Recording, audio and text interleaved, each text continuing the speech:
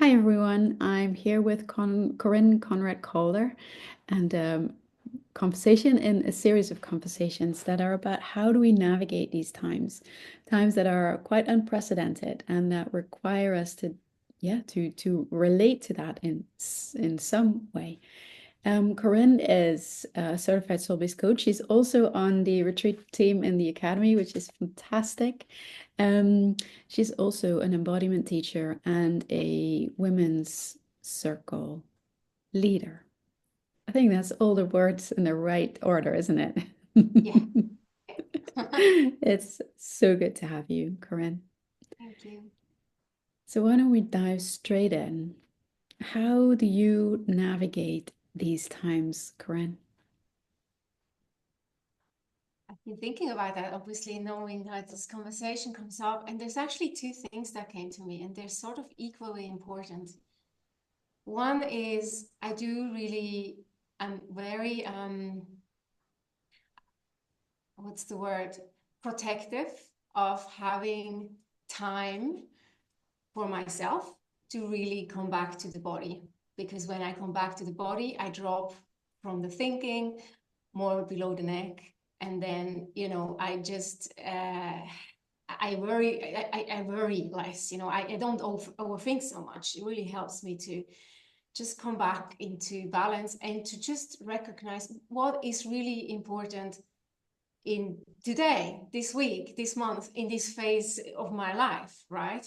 So I think that coming back to the body and having practice to come back to myself is very important. But also, it's important for me to kind of not lose hope in humanity, to come together in spaces with people where we have a shared experience, but not like, and just about something that we're all interested in. So, one example is I joined recently a choir here at the beginning of the year here in Dubai, and just coming together once a week with people that I don't really know well, but we come together and we sing and we harmonize our voices. That gives me, like that real life experience with people in a group setting. That gives me kind of hope and takes me away from, just because you could just read the news or be on social media and there's so much information, so much stuff going on. And you know, I have to choose where I want to show up.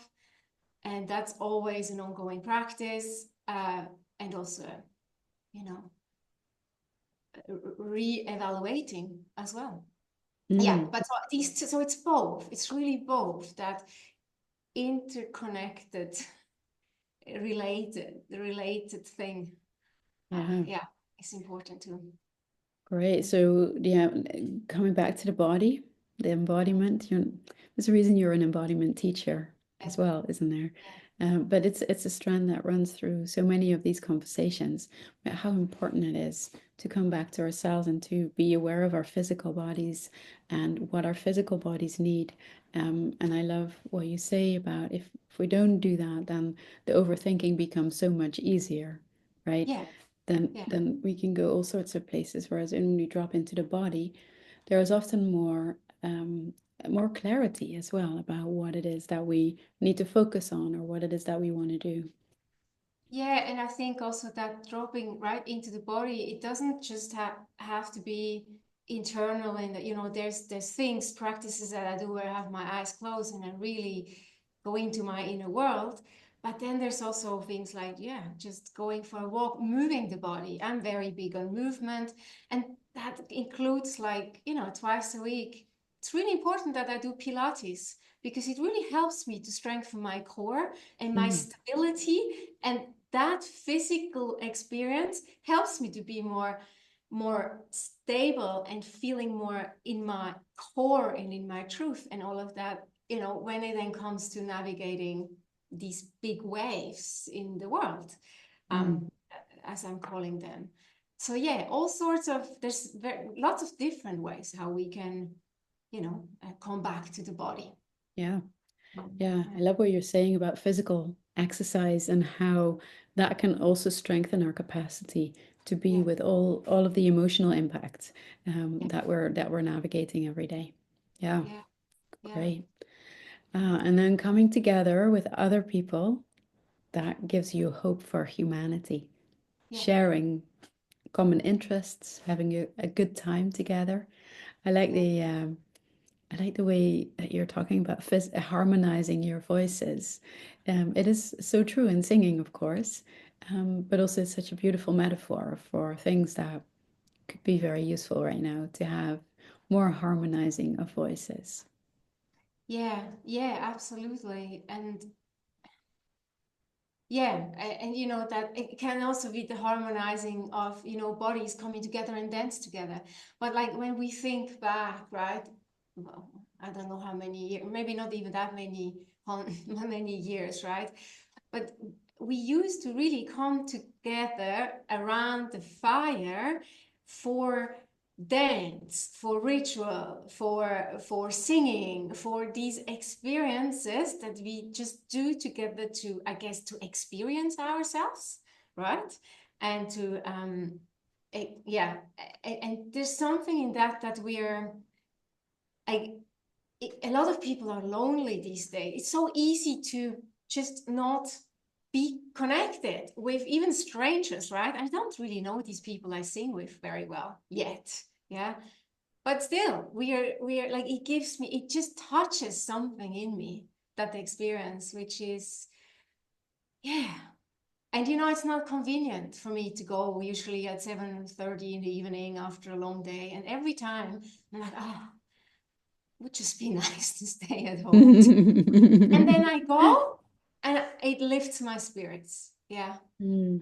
Um, yeah. So, and of course, right, that's one of the reasons why we also organize retreats together for people to then come together and have an experience and go much deeper than our opinions and our views of what's happening in the world, right? And Mm. what we identify with and all these things. I like coming together with people in spaces where we go below the Below the surface. surface level Yeah, chatter. Yeah. yeah. I Mm. find that deeply nourishing and really important for me at Mm. this point in time. Yeah. And Yeah. what you're saying about the fire that we used to convene around and the rituals that we used to do, it's such a, I hadn't thought of that in this context. But it Mm. makes so much sense that we're missing a place where also I think the fires were also places where we could process things together Yeah. with more than just our immediate family or more than just the friends that we happen to see, but like as community. And I don't think we have, like, it's almost like social media has become the new fires that we kind of huddle around, but they're not very regenerative, are they? They're not, they don't give that sense of connection in No, quite the same way. they So I think don't. that you're onto something there. That is something that a lot of people are missing. Yeah. Yeah. Yeah, it's an important piece for me. Yeah. Yeah, there was something else that just crossed my mind, but it slipped as you were talking. Maybe it comes back. But yeah, these two things, time for myself, for my needs, and then also really make sure I am in groups. I come together with groups of people in the real life. Yeah. Yeah. People that nourish you and Yeah. also practices like singing or dancing Yeah. that nourish you. Yeah, Yeah. exactly. Great. Yeah. Mm. Thank you. Is there anything else that you would like to add? I do think that, you know, in a way, like when we are not really built to care about everything, right? We Mm. really cannot hold everything, especially not when we're coming from the small self. Yeah, it's really, we are able to kind of really connect with about 100 people, like neurologically, and care, really care. And when it goes beyond, it gets abstract and also I think overwhelming for the small self, right? So there's also something that I practice for myself, which is, you know, there's other places from where I can hold, what's going on in the world, um, where I have more capacity. But that's really when I'm connected to my true nature. Yeah. Mm. She's not, which is not trying to figuring it all out, which No. is more like a leaning back into all that is, and then bringing it back into, okay, what do me in this lifetime right now, what do I want to do with this? And yeah, that's because I think a lot of people also have a gift that it's almost like because there's so much happening and because there's so many fires everywhere. And I genuinely think a lot of people want to help and would like to do something, but they have life happening, they have kids happening, or they just have jobs happening, they have maybe their own internal waves happening. Yeah. Um, and there's a lot of pressure that I think, sometimes also put on ourselves, that we have an answer or an opinion about everything that's happening in the world. So I really think that choosing, okay, where is my seat here? Where is my place? And how do I want to contribute? Do I contribute with my action and or my work, or financially? Am I just going to put money to this because I have the money and I know it goes to the right place, right? Like, how can we use our own inner resources best, and not trying to do it all or Mm. everywhere, because that becomes overwhelming to everyone. Yeah. And then we end up maybe doing nothing, or we feel ashamed that we're not doing anything. And that shame, that's not helpful either. Not helpful. No, no, it doesn't. It does not help. No. And any way in which we can show up in alignment with how we're called, I Yeah. think is a good way to show up. And it's a good reminder that we're not here to fix everything. Like none of us is here to fix everything. And because we're here and because we choose to do the things that we do, we have a contribution. Right? And it Yeah. can be in the smaller scale, it can be on the larger scale. There is no right or wrong about that. No, But and it this is changes through one's life too, depending on uh, capacity, right? absolutely, yeah, Yeah. yeah. I've had times in my life when all I could do was get myself through a day. So that Yeah. was the job at that point. When you have young kids, there's going to be a big appeal to your time from that. Yeah. So it means that we have to really listen to within to see how we're called and what we can do, and letting go of that. If you have an expectation like that, letting go of any expectation that you're here to save us all or that you should solve all the things. But it doesn't mean that you can't do something. And it's Exactly. interesting to find out what is your something. Yeah. It's very interesting to find out what is your something. And it requires a bit of, yeah, that requires a bit of, for time and space. Yeah. Yeah. Yeah. And to go underneath that chatter, like go underneath the Exactly. mind chatter, Yeah. and anchor yourself there. And I think you've been talking about this in the academy, right? The put your own oxygen mask on first kind of metaphor. Like the how can we really take care of the needs that we have so that we can show up fully, and have the most impact that we can with the resources that we have, be it our time, our money, our energy. I Yeah. like that way of thinking. And what you're saying, both the coming back to yourself and back to your body, and finding groups of people where you can be in connection and that gives you hope for humanity. I think both of these are so powerful for nourishing your capacity, right? Mm. To really look after ourselves. Yeah. Yeah. It's like really keeping that cup at least always half full. And sometimes it's full and overflowing, but really like, yeah, it's it's that you want to be generous, right? Because that's a beautiful trait, and it's very relational to be generous, but that generosity always needs to extend to ourselves. It needs to include ourselves. Yeah. Yeah. And a lot of caring people and empathic people. And there's a lot of people here, obviously, within the academy and kind of who are attracted to our work. They are deeply caring, feeling people, you know? Yeah. And yeah. Yeah, absolutely. Mm.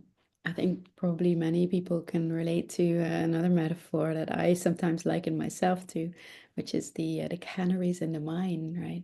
When we're so good at sensing and feeling, we pick up signals more directly or more strongly than a lot of other people do. So we have to make sure that we take care of our systems, our instruments, Yeah. so that we're not overwhelmed by that. Yeah, Yeah. yeah, it's a good point. Thank you very much, Corinne. Is there anything else as a last wrapping up, or does this feel complete to you? No, I think this feels complete. Yeah, maybe just one thing, if you're listening and you're not really sure where that, like, what your inner, where your inner resources are, how to access them, or where it's just like the first thing is really just step, just take a little bit of time and do something that you know brings you joy. You know, just go and do something that brings you joy, that you just know everyone will have something like that. And then just explore, okay, what exactly in this is what is so nourishing to me. Yeah, Mm, lights me up. And yeah. nice. Yeah, that's a gorgeous practice. Yeah. It's worth doing, and it's going to be very fulfilling to do that. Mm. Mm. And of course, book a soul-based coaching session. Yes. Always helpful. Always helpful if you Yeah, want to that's the have second more part. access to your inner resources as well. Yeah. Yeah. But we can Yeah, always start right here, right now. Yeah. exactly. Cool. Or join the retreat. Or join our next retreat. Oh, Or join our absolutely. next retreat happening in October, right? Because that's really what we're gonna tap into for like 7 days. And that's gonna be, yeah, in community by yourself. But pretty much what we just talked about. This is what we're gonna do, gonna Yeah. offer. And that's Yeah. what. Finding those resources within yourself, being in relation and in a very, very nourishing circle, and also finding your power and finding how you want to show up in the world. Yeah. Oh gosh, I can't. I can't believe I almost forgot to mention that even. So yes, if you want to find out more, come check us out on academyforsoulbasedcoaching.com. Ah. All right.